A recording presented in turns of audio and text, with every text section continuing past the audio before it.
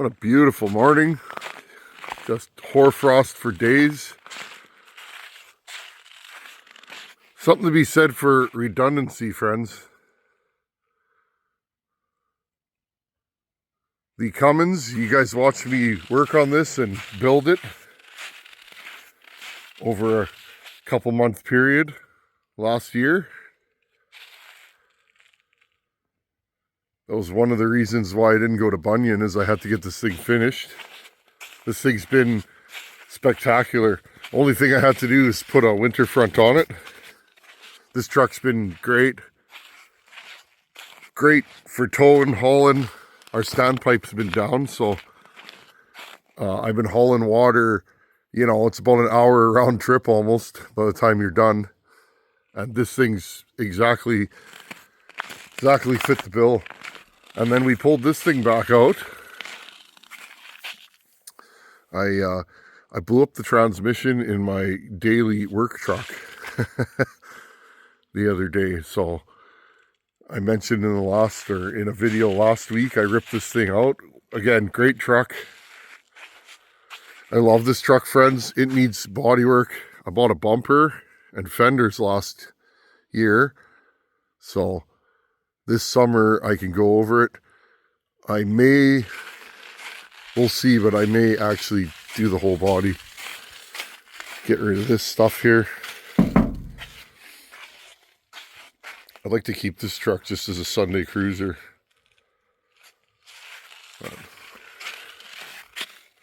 How's it going, Grace? This young lady, friends, is an inspiration to all of us. Miss Grace Barth and the Barth family in general. Just good people. Good truck, friends. Driving that, you appreciate this even more.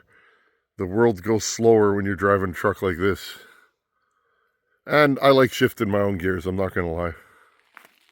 Let's work on the 064 again. I want to try one more thing before we decide that carb is DOA.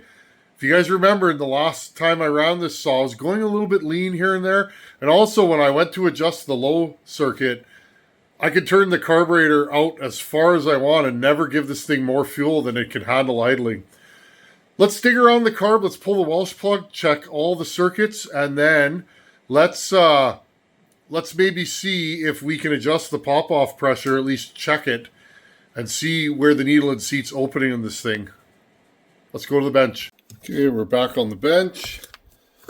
Wanted to jump back into this 064. You guys know we just built this thing, and it runs pretty good, but I was having problems with the low-speed jet. Reminds me, I gotta dig through my Stihl parts.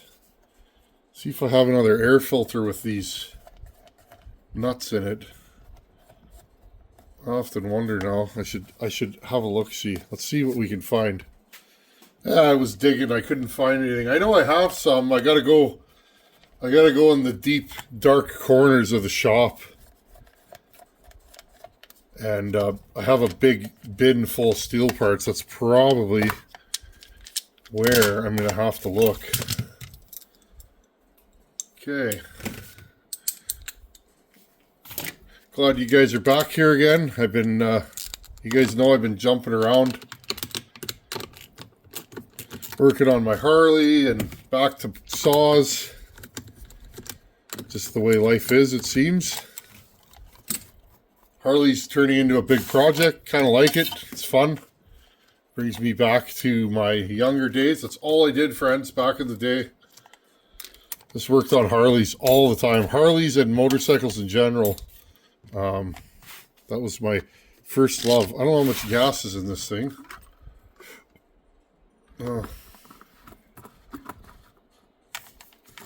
She's pretty full. Let's see if we can get this off and then plug it with a screw of some kind. Alright, we'll try that. And we got to get far into the back. Okay, let's see if I can get this out. This carb here.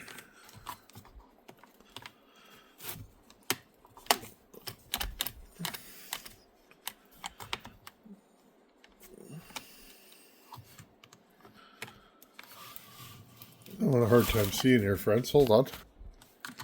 Let's pull this out. Just want to have another look at this carb and see if maybe I missed something. This saw runs really good.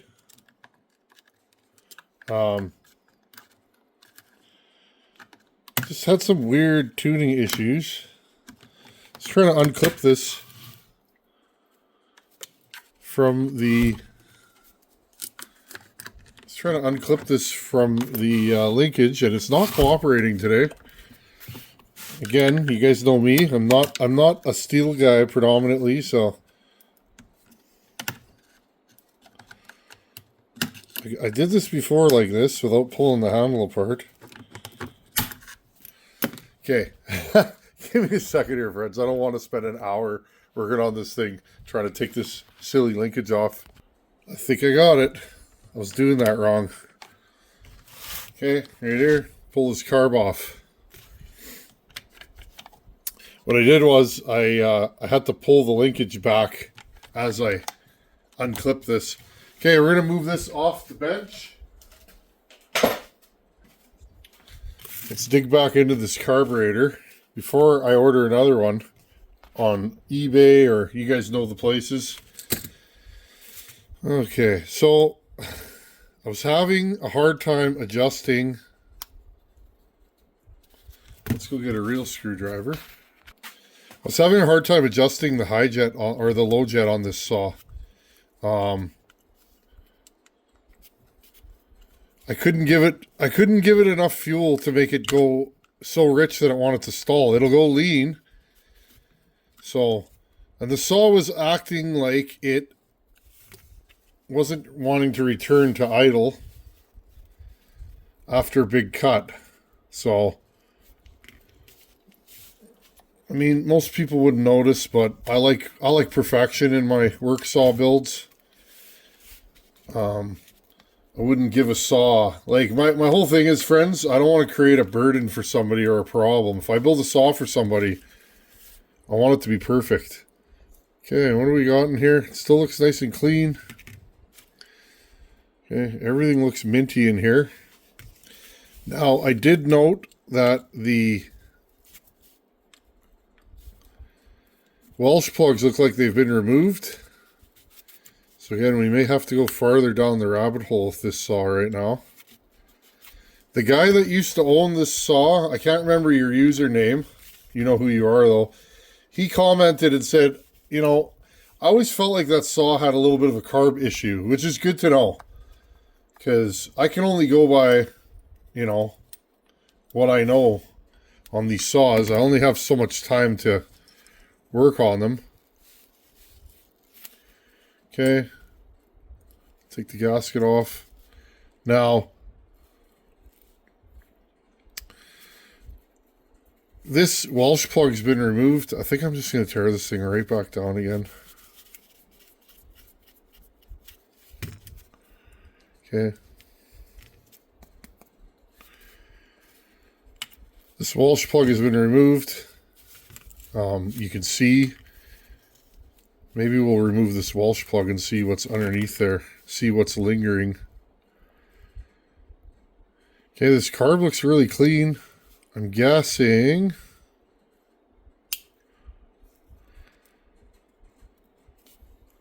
Well, there's a check valve in here. You guys can see where the nozzle comes through. The other end of that is right here. It looks like it's just solid. I'm wondering if the check valve in this nozzle is no good anymore. Okay guys, I have a carb kit for this thing. Just gonna see if I can poke a hole in here. Let's pull this Welsh plug out and see what can we find in here. What kind of trouble is lurking? Normally I can hook this in. This is just like a little awl.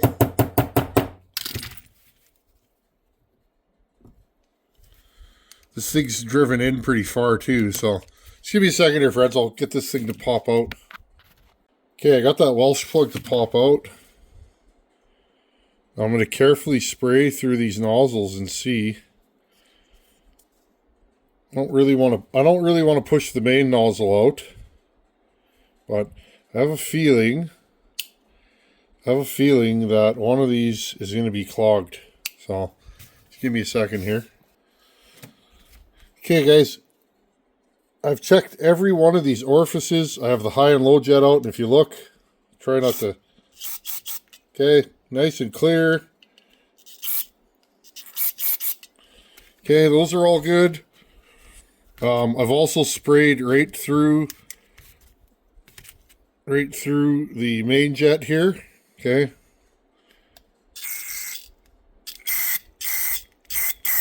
Okay, and it's coming out the bottom here. Okay. We know that this is clean. So everything appears to be good. I don't know what to say at this point. I think there's one more thing we can do before we decide to order a new carb. I'm just going to put this thing all back together. Okay, we got to put a new Welsh plug in here. We'll do that. Okay, I drove it in. Not the nicest driving in job, but good enough for what we're going after here. Okay, let's throw this thing back together. That's why I say don't pull the Welsh plugs out unless you're sure that you have an issue, because 98% of the time there's no need to take a Welsh plug out if you're just doing a rebuild. Okay, we'll grab all these here parts. Okay, I'm going to fully assemble this carb back together. Okay, needle and seat, gasket right here. Gasket diaphragm.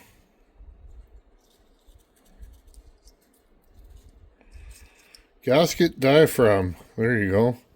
Top cover. Put the top cover on, 4 screws. You guys get the idea. Okay, now let's do the top cover. Nothing came off of there, which makes our life a little bit easier.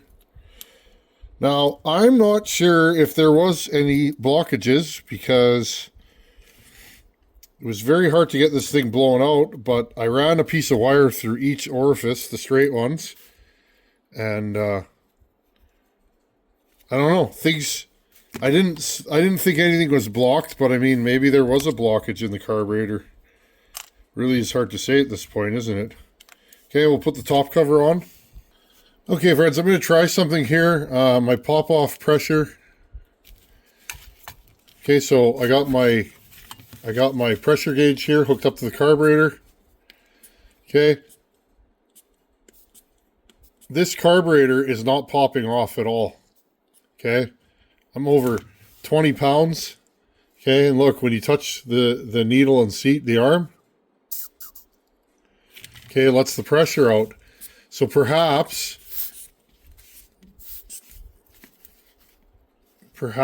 we are simply, yeah, this thing won't pop off before, well, undo it here. This thing won't pop off at the rate that this gauge will pump. So, okay, so maybe I'll modify the pop-off pressure and see if we can get this thing to open a little bit sooner. I put a spring, here's the factory spring, and I'm going to keep that. Okay, because we're not saying this is going to work, but sometimes a ported saw wants less pop-off pressure. Okay, so now when I squeeze this, it's popping off at about, now there's no moisture under here, which will help the needle stay seated, but this thing's popping off. I'm not sure if I like the way it's holding right now, but we'll see. This thing's popping off at about 16 psi roughly, right there. It's not holding super well. I'd like it to hold at about 10. So yeah, it's holding at about 10. Again, I don't know if this is going to help, friends, but let's give her a try. I just want you guys to see this because this isn't something that you normally see on this channel, but sometimes horsing around with the pop-off pressure can make a saw start better, idle better, tune better. Sometimes it does nothing. But this is the difference between a really good ported power saw and just an average runner. All these little things really help a saw run. Okay, I'm going to throw this back on the saw and we'll fire it up. Let's see if it tunes better at least. I put the jets back in, low and high. Okay, low jet, we will go 1/2, 1 1/4. And high jet, we will go 1/2, 1 1/4. Okay, now let's throw it back on the saw. Okay.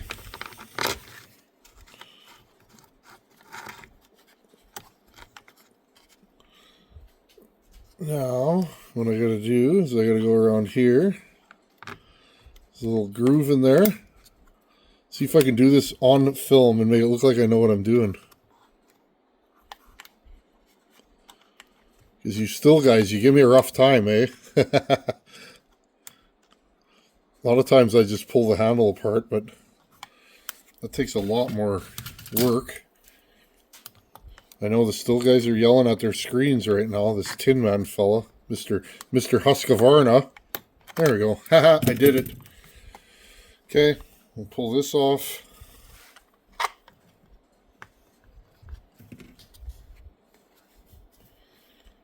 I'm not thinking it's a tank vent issue. This tank vent seems to vent okay. Okay, that all goes in there.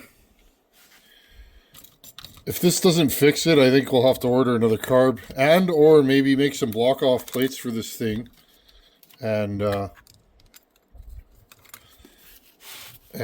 do a vacuum pressure test. I mean, I think the saw doesn't run like it's got an air leak, but it could. Stranger things have happened.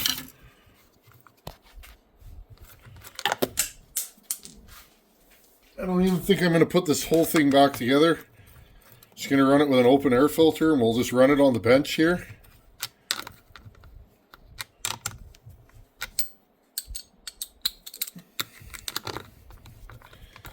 Just want to show you heavy pop-off pressure versus light pop-off pressure.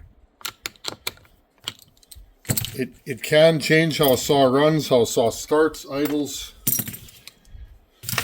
It may not do anything. Okay.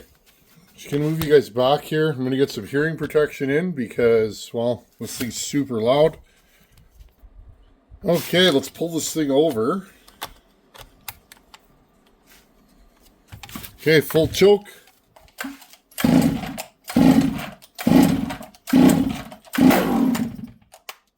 That started pretty easy. Or fired easy.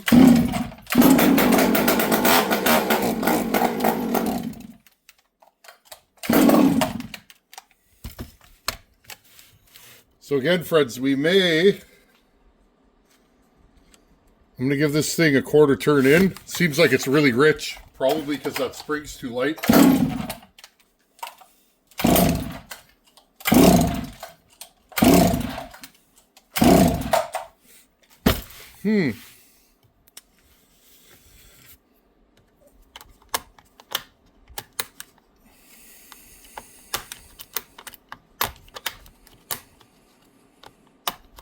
Well, we're definitely getting more fuel.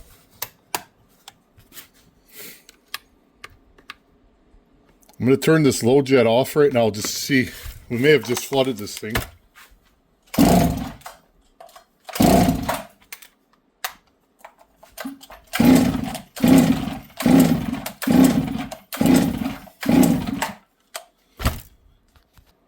Well, she really does not like that kind of...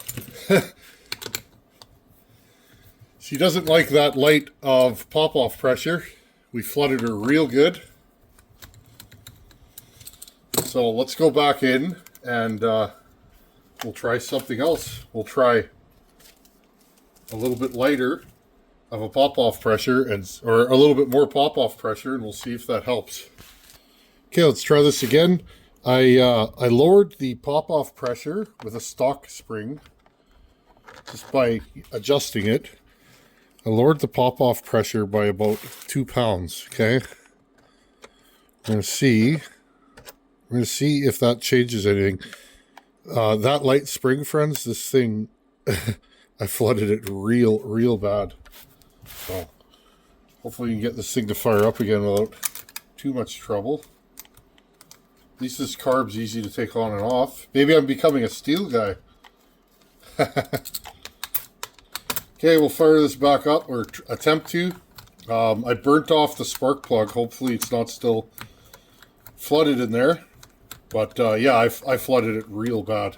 So didn't mean to, but we're just horsing around here, right?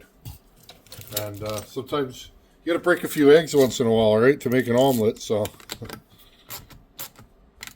right here, right there. Let's take this fuel line.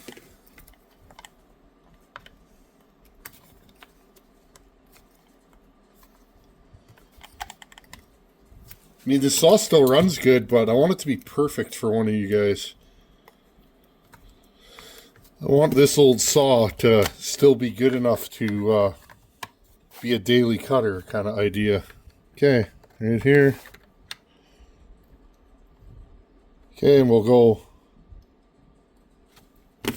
one on the low jet and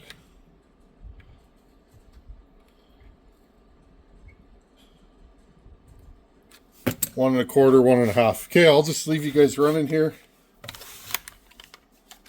Should I choke this thing? It's been sitting for a little bit. Let's see what it does. Okay, I'm going to take the choke off.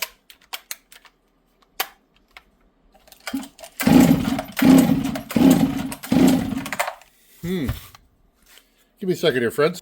Spark plug was still soaking wet, so I may have to turn the jets off to get this thing to go. Big saws, I find when you flood a big saw, it's horrible. They're very difficult to get unflooded sometimes. And that was all just me horsing around with the pop-off pressure. Less pop-off pressure will give you more fuel. Whether you need it or not is up to the saw, right? But I'm just showing you guys this. Sometimes you'll get a ported saw that doesn't want to start easily. Sometimes all it is just the pop-off pressure. Okay, I'm going to turn the jets off and pull this thing over and see if I can get it to fire again.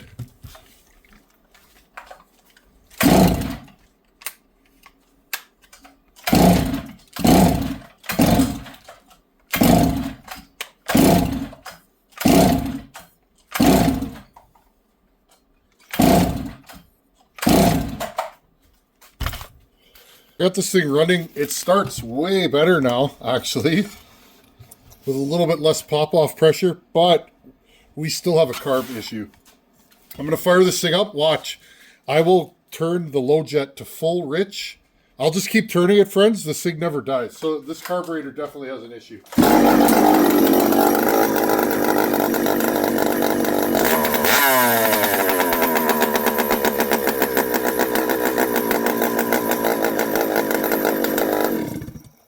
First, I'm going to turn it in so you can see it adjusts in when you're leaning it out.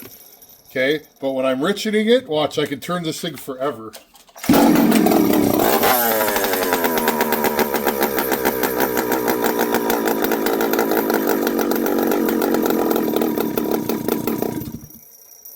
Okay, sorry friends, I got to get this thing back.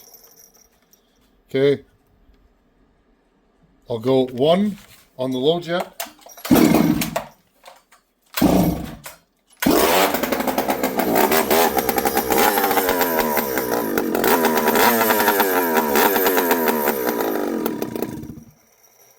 Weird. Now this thing doesn't want to idle. Friends, I just had this thing running for the last 5 minutes probably. And it ran nice. But it still doesn't want to tune. I'll go 1.5 on the low jet.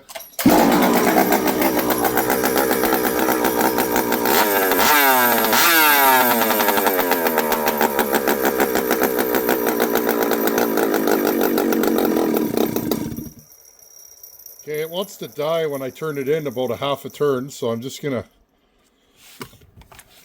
I'll show you guys. I'll turn it out.